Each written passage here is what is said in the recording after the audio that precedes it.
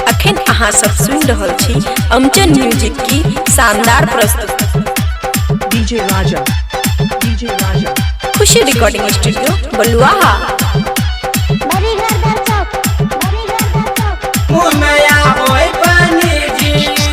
उदगर के कचरी में नहीं छे माजा जैसन नीतीश के पकौड़ी में। उदगर के कचरी में नहीं छे माजा जैसन नीतीश के पकौड़ी में। बेनुआ बाली में जैसन छे माजा वैसन सारी चौड़ी में। फरकिया बाली में जैसन छे माजा वैसन सारी चौड़ी में। सारी चौड़ी में सारी चौड़ी में। खुशी रिकॉर्डिंग स्टूडियो बलुआहा।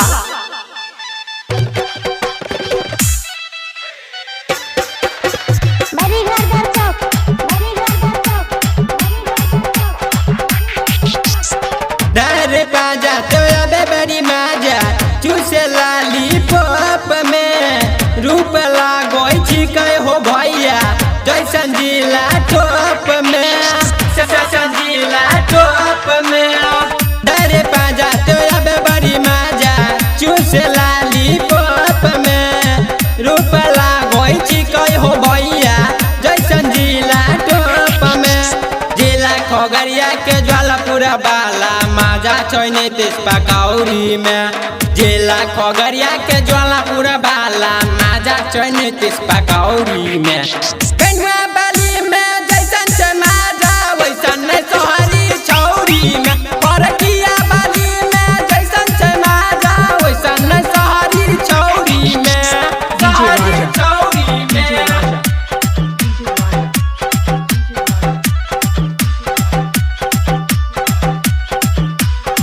खुशी रिकॉर्डिंग स्टूडियो बलुआहा।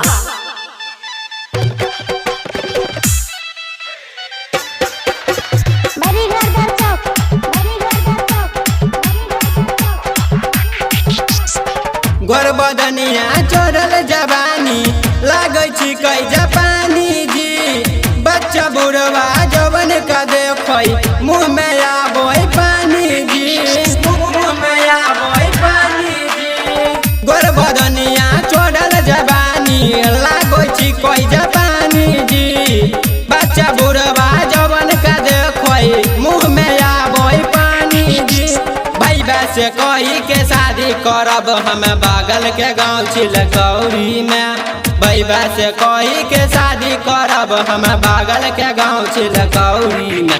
फरकिया बाली में जैसन छे माजा वैसन शहरी चौड़ी में।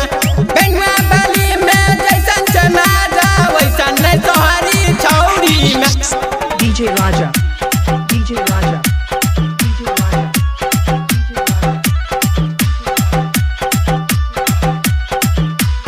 खुशी रिकॉर्डिंग स्टूडियो बलुआहा।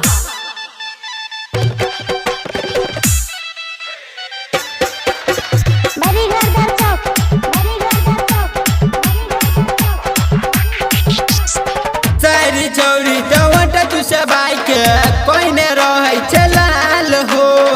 बेनुआ बाली तो रहे छी कोई एकदम ताजा माल हो। एकदम ताजा माल हो। सारी चौड़ी टवट तुसे बाई के कोई ने रहे छे लाल हो। बेनुआ बाली तो रहे छी कोई एकदम ताजा माल हो।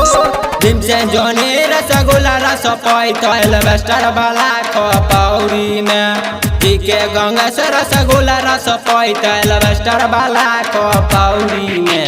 बेनुआ बाली में जैसन छे माजा वैसन सारी चौड़ी में। फरकिया बाली में जैसन छे माजा वैसन सारी चौड़ी में। बेनुआ बाली में जैसन छे माजा वैसन सारी चौड़ी में। खुशी रिकॉर्डिंग स्टूडियो बलुआहा।